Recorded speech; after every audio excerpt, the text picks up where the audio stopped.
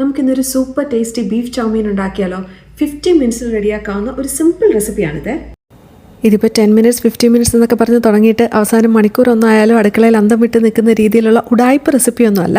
ശരിക്കും 50 മിനിറ്റ്സിൽ സംഭവം റെഡിയാവും. അപ്പോൾ ഇൻഗ്രീഡിയൻസ് ആയിട്ട് ചൈനീസ് ക്യാബേജ്, ക്യാരറ്റ്, കുറച്ച് പേർപ്പിൾ ക്യാബേജ്, പിന്നെ എഗ് നൂഡിൽസ്, സോസസ് ആയിട്ട് സോയ് സോസ്, ഓയിസ്റ്റർ സോസ്, അതിൻ്റെ ബേസിനായിട്ട് കുറച്ച് ചിക്കൻ സ്റ്റോക്കും, പിന്നെ main item extra lean beef means 500 grams. ഈ വെജീസ് ചോപ്പ് ചെയ്യുന്ന മാത്രമുള്ളൊരു പണി, അത് നിങ്ങൾക്ക് വേണമെങ്കിൽ ഫുഡ് ചോപ്പിൽ റെഡിയാക്കാം. ഇനി നൂഡിൽസ് ഉണ്ടാക്കാനായിട്ട് വെള്ളം തിളപ്പിക്കാൻ വയ്ക്കാം. പിന്നെ സോസ് ഉണ്ടാക്കാനായിട്ട് ഒരു 1/4 കപ്പ് ചിക്കൻ സ്റ്റോക്ക്, അതിനകത്തേക്ക് ഒരു 5 table spoon light Soy sauce, 3 table spoon oyster sauce, പിന്നെ 2 സ്പൂൺ ഷുഗർ ആൻഡ് കോൺഫ്ലവർ. ഈ മെഷർമെൻറ്റ്സ് എല്ലാം ഞാൻ ഡിസ്ക്രിപ്ഷനിൽ കൊടുക്കുന്നുണ്ട്. ഇത് എൻ്റെ മോൻ സ്കൂളിൽ അവർക്ക് ഫുഡ് ടെക്നോളജീസ് എന്ന് പറഞ്ഞൊരു സബ്ജക്റ്റ് ഉണ്ട്, അതിൽ ഉണ്ടാക്കിക്കൊണ്ട് വന്നതാണ്. കഴിച്ചപ്പോൾ ഞങ്ങൾ ഞെട്ടിപ്പോയി, അത്രയ്ക്ക് ടേസ്റ്റ് ആയിരുന്നു.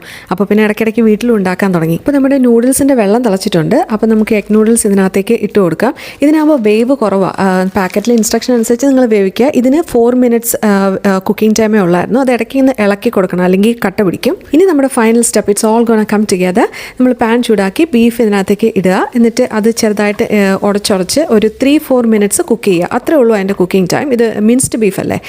അപ്പോൾ അത് കഴിയുമ്പോഴത്തേക്കും ഇതിനകത്തേക്ക് നമ്മൾ നേരത്തെ ചോപ്പ് ചെയ്ത് വെച്ചിരിക്കുന്ന വെജീസ് ആഡ് ചെയ്യുക. വെജീസ് ആഡ് ചെയ്ത് കഴിഞ്ഞാൽ ഒരുപാട് കുക്കിംഗ് ഒന്നുമില്ല, ഒരു 2 മിനിറ്റ്സേ ഉള്ളൂ. ആ വെജീസിൻ്റെ ക്രഞ്ച് പോകാൻ പാടില്ല. ഇപ്പോഴാണ് എനിക്കൊരു അമളി മനസ്സിലായത്, പാത്രം ചെറുതായിരുന്നു. അപ്പോൾ ഞാൻ വേറൊരു പാത്രത്തിലേക്ക് മാറ്റി. ഇനി ഇതിനകത്തേക്ക് നമ്മൾ നേരത്തെ ഡ്രെയിൻ ചെയ്ത് വെച്ചിരിക്കുന്ന നൂഡിൽസ് ആഡ് ചെയ്യുക, സോസും കൂടെ ആഡ് ചെയ്ത് കൊടുക്കുക. എന്നിട്ട് എല്ലാം കൂടെ നല്ലപോലെ കമ്പൈൻ ചെയ്യുക. ഇത്രയേ ഉള്ളൂ സംഭവം. ആക്ച്വലി കുറച്ച് സ്പ്രിംഗ് ഓണിയൻ കൂടെ ആഡ് ചെയ്യണം. നമ്മുടെ കിച്ചൺ വിൻഡോയുടെ അവിടെ തന്നെ ഹസ്ബൻഡ് ഒരു പ്ലാന്റഡ് ബോക്സ് സെറ്റ് ചെയ്തിട്ടുണ്ട്. ഇതാണ് നമ്മുടെ super simple beef chow mein. It's one of the best tasting Asian dishes I have ever tried, and the whole thing comes together in under 15 minutes.